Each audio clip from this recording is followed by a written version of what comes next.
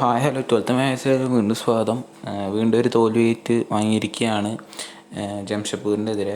ഈ വീഡിയോ ആ ഒരു കളിയുടെ പോസ്റ്റ് മാച്ച് ടോക്കാണ്. ഈ ഒരു കളിയിൽ നല്ല പ്രകടനം പലപ്പോഴും നമ്മുടെ ടീമിൻ്റെ ഭാഗത്തു നിന്നുണ്ടായിരുന്നു. പക്ഷേ പലപ്പോഴും സെക്കൻഡ് പോസ്റ്റിൽ ആളില്ലായ്മ, പിന്നെ ബോക്സിൻ്റെ ഡീപ്പ് ആറിൽ ആളില്ലായ്മ, സെക്കൻഡ് ബോൾ കളക്ട് ചെയ്യുക ആളില്ലായ്മയായിരുന്നു എനിക്ക് കണ്ടിടത്തോളം ഒരു പ്രശ്നം തോന്നിയത്.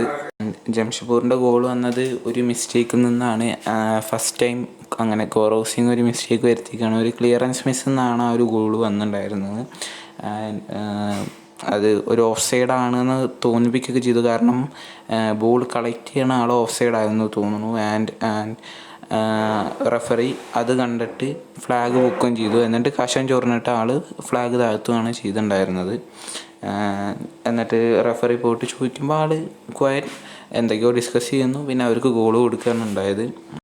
നമ്മുടെ ടീമിനെ കുറിച്ച് പറയാനാണെന്ന് വെച്ചാൽ സെക്കൻഡ് ഹാഫിൽ നമ്മുടെ സ്റ്റാറ്റുകളെല്ലാം പ്രകാരം തന്നെ സെക്കൻഡ് ഹാഫിൽ കൂടുതൽ ഗോൾ ഉണ്ട് എന്ന് നമ്മൾ അതിനുള്ളത് കാണിക്കുക ചെയ്തു. പക്ഷേ ആ ഫൈനൽ തേർഡിൽ ആ ഒരു ഗോൾ സ്കോറിങ് എബിലിറ്റി നമുക്ക് കിട്ടിയിട്ടില്ല. ആൻഡ് പിന്നെ ഒരു കാര്യം പറയാനുള്ളത് എന്താ വെച്ച് കഴിഞ്ഞാൽ, നമ്മുടെ സെറ്റ് പീസ് റെഫറി പോയതിനു ശേഷം നമുക്ക് സെറ്റ് പീസിൽ നിന്ന് എന്തൊക്കെയോ ഉണ്ടാക്കാൻ വേണ്ടിയുള്ള ഒരു താല്പര്യം കാണുന്നുണ്ട്.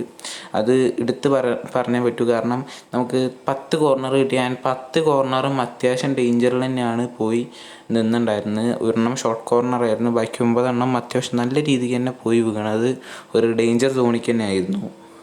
ലൂണയുടെ പ്ലേയിങ് സ്റ്റൈൽ എടുത്ത് പറഞ്ഞേ പറ്റൂ. ലൂണ നല്ല കമ്മിറ്റ്മെൻറ്റോടെ തന്നെ ഈ ഒരു കളി നേരിട്ടുണ്ടായിരുന്നു. And hats off to Luna. അത്രയും ചത്ത് കളിച്ചിട്ടുണ്ട് ലൂണ. പിന്നെ നവോച്ചയുടെ 1-2 ഷോട്ട്സ് വാസ് ക്വൈറ്റ് ഇംപ്രസിങ്. നല്ല രീതിക്ക് തന്നെ നല്ല ഷോട്ട്സാണ് ആ കണ്ടിട്ടുണ്ടായിരുന്നത്. ആ അടുത്ത ഷോട്ടെല്ലാം പ്രോപ്പർ രീതിയിൽ തന്നെ എടുക്കാൻ പറ്റി. കറക്റ്റ് ഒരെണ്ണം ടാർഗറ്റിലായിരുന്നു, ഒരെണ്ണം ടാർഗറ്റിൽ നിന്ന് പോയി. പിന്നെ ഈ ഒരു കളിയിൽ ആൽബിനോ ഗോമസിൻ്റെ പെർഫോമൻസ് എടുത്ത് പറഞ്ഞേ പറ്റൂ. കാരണം നമ്മളടിച്ച ഷോട്ട്സ് എല്ലാം മൂപ്പരോട് തടഞ്ഞു. അതും പ്രോപ്പർ ഗോൾ കീപ്പിംഗ് എന്ന് നമുക്ക് പറയാൻ പറ്റുക ആൽബിനോ ഗോമസിൻ്റെ പെർഫോമൻസിനെ കുറിച്ച്. എനിക്ക് ഇത്രേ പറയാനുള്ളൂ. ഇനിയിപ്പോൾ എന്തായാലും 5-ാം തീയതി പഞ്ചാബിൻ്റെ എതിരാണ്. നിഹാൽ തിരിച്ച് ടീമിലേക്ക് തന്നെ വരും പ്രതീക്ഷിക്കുന്നു. കാരണം ലോൺ അടിസ്ഥാനത്തിലാണ് നിഹാൽ പോയിട്ടുണ്ടായിരുന്നത്, നിങ്ങൾക്ക് എല്ലാവർക്കും അറിയുണ്ടാവും. എന്തായാലും നിഹാൽ വരട്ടെ. എന്തെങ്കിലുമൊക്കെ നമുക്ക് ചെയ്യാൻ പറ്റുമോ എന്ന് നമുക്ക് കണ്ടു തന്നെ അറിയാം. സബ്സ്റ്റിറ്റ്യൂഷൻസൊക്കെ നടത്തിയിട്ടുണ്ടായിരുന്നു, വലിയ കാര്യം ഉണ്ടായിട്ടുണ്ടായിരുന്നില്ല ഈ ഒരു കളിയിൽ. ആൻഡ് ഇങ്ങനെ പോകാന്ന് വെച്ചാൽ നമ്മുടെ പ്ലേ ഓഫിൻ്റെ കാര്യത്തിൽ ഏകദേശം തീരുമാനമാവും.